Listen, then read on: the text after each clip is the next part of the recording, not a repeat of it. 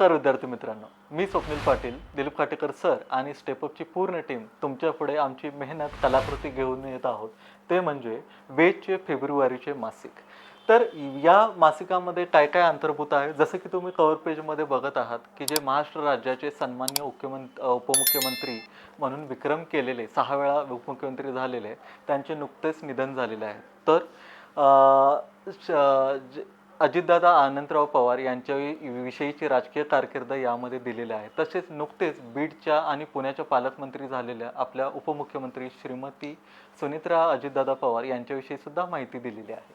याच्यामध्ये जर तुम्ही बघाल तर हे सोमनाथ मंदिर जे भारतातलं पहिलं ज्योतिर्लिंग मानलं जातं, याच्या आक्रमणाला मोहम्मद गझनीने जे आक्रमण केलेलं होतं त्याच्या आक्रमणाला 1000 वर्ष पूर्ण झालेले आहेत, याच्याविषयी सुद्धा माहिती दिलेली आहे.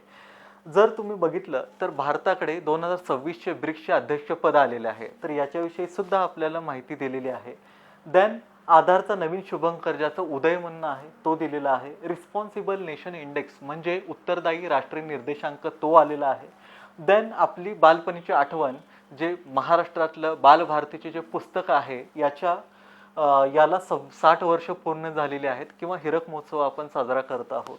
Then mother of all deals ज्याला सर्व करारांची जननी म्हटलं जातं की भारत आणि युरोपीय महासंघाबरोबर झालेला हा मुक्त व्यापार करार, याच्याविषयी माहिती दिलेली आहे. आणि पोलिओमुक्त भारताला 15 वर्ष पूर्ण झालेली आहेत, तर याच्याविषयी इत्थंभूत माहिती या वेदच्या मासिकामध्ये अंतर्भूत केलेली आहे.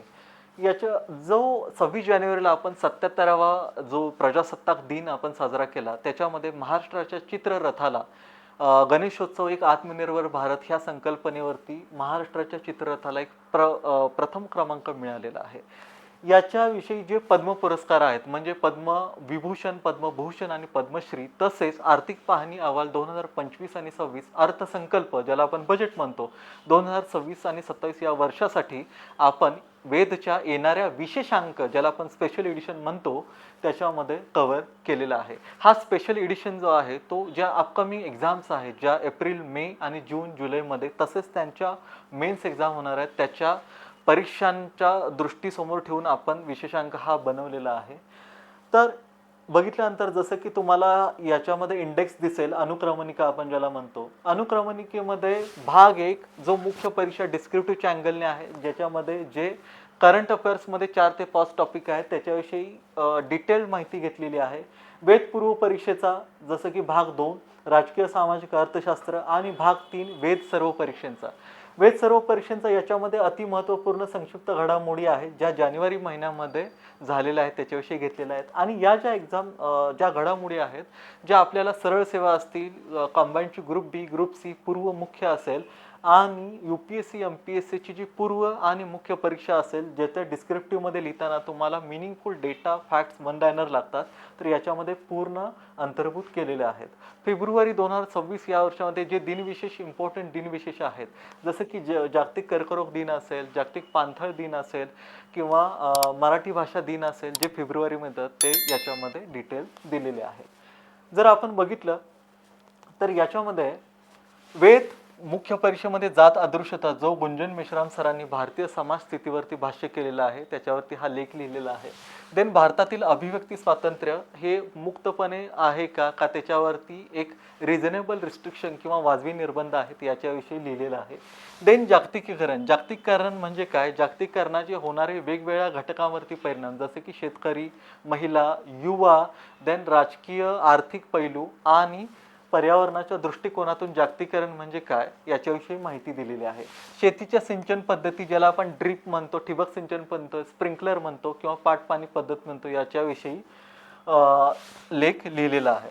त्याच्यानंतर जो नीतिसंहिता, आचारसंहिता म्हणजे कोड ऑफ कंडक्ट म्हणतो. नुकत्याच जानेवारी महिन्यामध्ये महानगरपालिकेच्या इलेक्शन झाल्या, तसेच आता नुकत्याच पंचायत समिती आणि जिल्हा परिषद यांच्या निवडणुका झाल्या, तर त्यांच्या अनुषंगाने हा मॉडेल कोड ऑफ कंडक्ट ज्याला आपण आदर्श आचारसंहिता म्हणजे काय हा नैतिकतेच्या दृष्टिकोनातून पॉईंट मांडला आहे. वेद पूर्व परीक्षेचा मध्ये जर बघितलं तर राजकीय सामाजिक संस्कृतीमध्ये पोलिओमुक्त भारताला झालेली 15 वर्ष पूर्ण असतील. सुरत झोपडपट्टीमुक्त शहर असेल आणि कुशाण काळातील जे उत्खनन जे सापडलेलं होतं, कुशाण काळ हा 2000 वर्षापूर्वीचा होता. त्याच्यामध्ये जे जम्मू काश्मीरमध्ये जे सापडलेलं महत्त्वाचं उत्खनन याच्याविषयी माहिती दिलेली आहे. अर्थशास्त्र पायाभूत सुविधामध्ये एक निर्देशांक आलेला आहे की ज्याला आपण निर्यात सज्जता निर्देशांक म्हणतो. या निर्यात सज्जता निर्देशांक मध्ये काय आहे, एक्सपोर्ट प्रिपेअर्डनेस इंडेक्स यामध्ये महाराष्ट्र प्रथम क्रमांकावरती आलेला आहे. तसेच जागतिक स्तरावरती भारत हा चीनला मागे टाकून तांदळामध्ये सर्वात मोठा उत्पादक देश बनलेला आहे. याच्यानंतर सांख्यिकी मंत्रालयाचं नवीन बोधचिन्ह आलेलं आहे, नवीन लोगो आलेला आहे आणि त्यांचा नो युअर सर्वे हा उपक्रम आलेला आहे. त्याच्याविषयी सविस्तर माहिती यामध्ये दिलेली आहे. जसं की संघटित क्षेत्रासाठी जसं गणना असते तशीच असंघटित क्षेत्रासाठी सुद्धा एक वार्षिक सर्वेक्षण हा एक उपक्रम आलेला आहे. क्रीडा आणि पुरस्कारमध्ये शुभांशु शुक्लांना अशोक चक्र मिळालेला आहे. अशोक चक्र हा शांतता काळातला सर्वोच्च पुरस्कार आहे. जसं की युद्ध काळातला परमवीर चक्र आहे, त्याच्या समकक्ष हा पुरस्कार आहे. शुभांशु शुक्ला हे नुकतेच नासाच्या ॲक्सियम 4 मिशनमधून निरीक्षण करून आलेले आहेत आणि ते आगामी गगनयान मिशनसाठी भारताकडून अंतराळात जाणार आहेत. जसं की आर्यन वारशाने हा ग्रँडमास्टर बनलेला आहे. जे सुभाषचंद्र बोस आपत्ती व्यवस्थापन पुरस्कार असेल, इंदिरा गांधी शांतता पुरस्कार असेल, याच्याविषयी माहिती दिलेली आहे. टायलर पुरस्कार पर्यावरणाचा नोबेल म्हटला जातो, त्याच्याविषयी सुद्धा डिटेलमध्ये आपण भाष्य केलेलं आहे. पद्मपाणी पुरस्कार इलाईराजाची जे संगीत दिग्दर्शक आहेत. पद्मपाणी पुरस्कार 2025 हा एक्झाममध्ये आलेला क्वेश्चन्स होता. चर्चेतील व्यक्तिमत्व अजितदादा पवार असतील, श्रीमती सुनेत्रा पवार असतील आणि सर विल्यम मार्क टुली असेल यांच्याविषयी डिटेलमध्ये दिलेले आहे. निर्देशांकमध्ये जसं आपण बघितलं की नवीन निर्देशांक योजना अहवाल पोर्टल्स, नवीन आधार ॲप असेल, पंखुडी पोर्टल असेल, पंचम डिजिटल चॅटबॉट हा काय आहे पंचायती राजसाठी.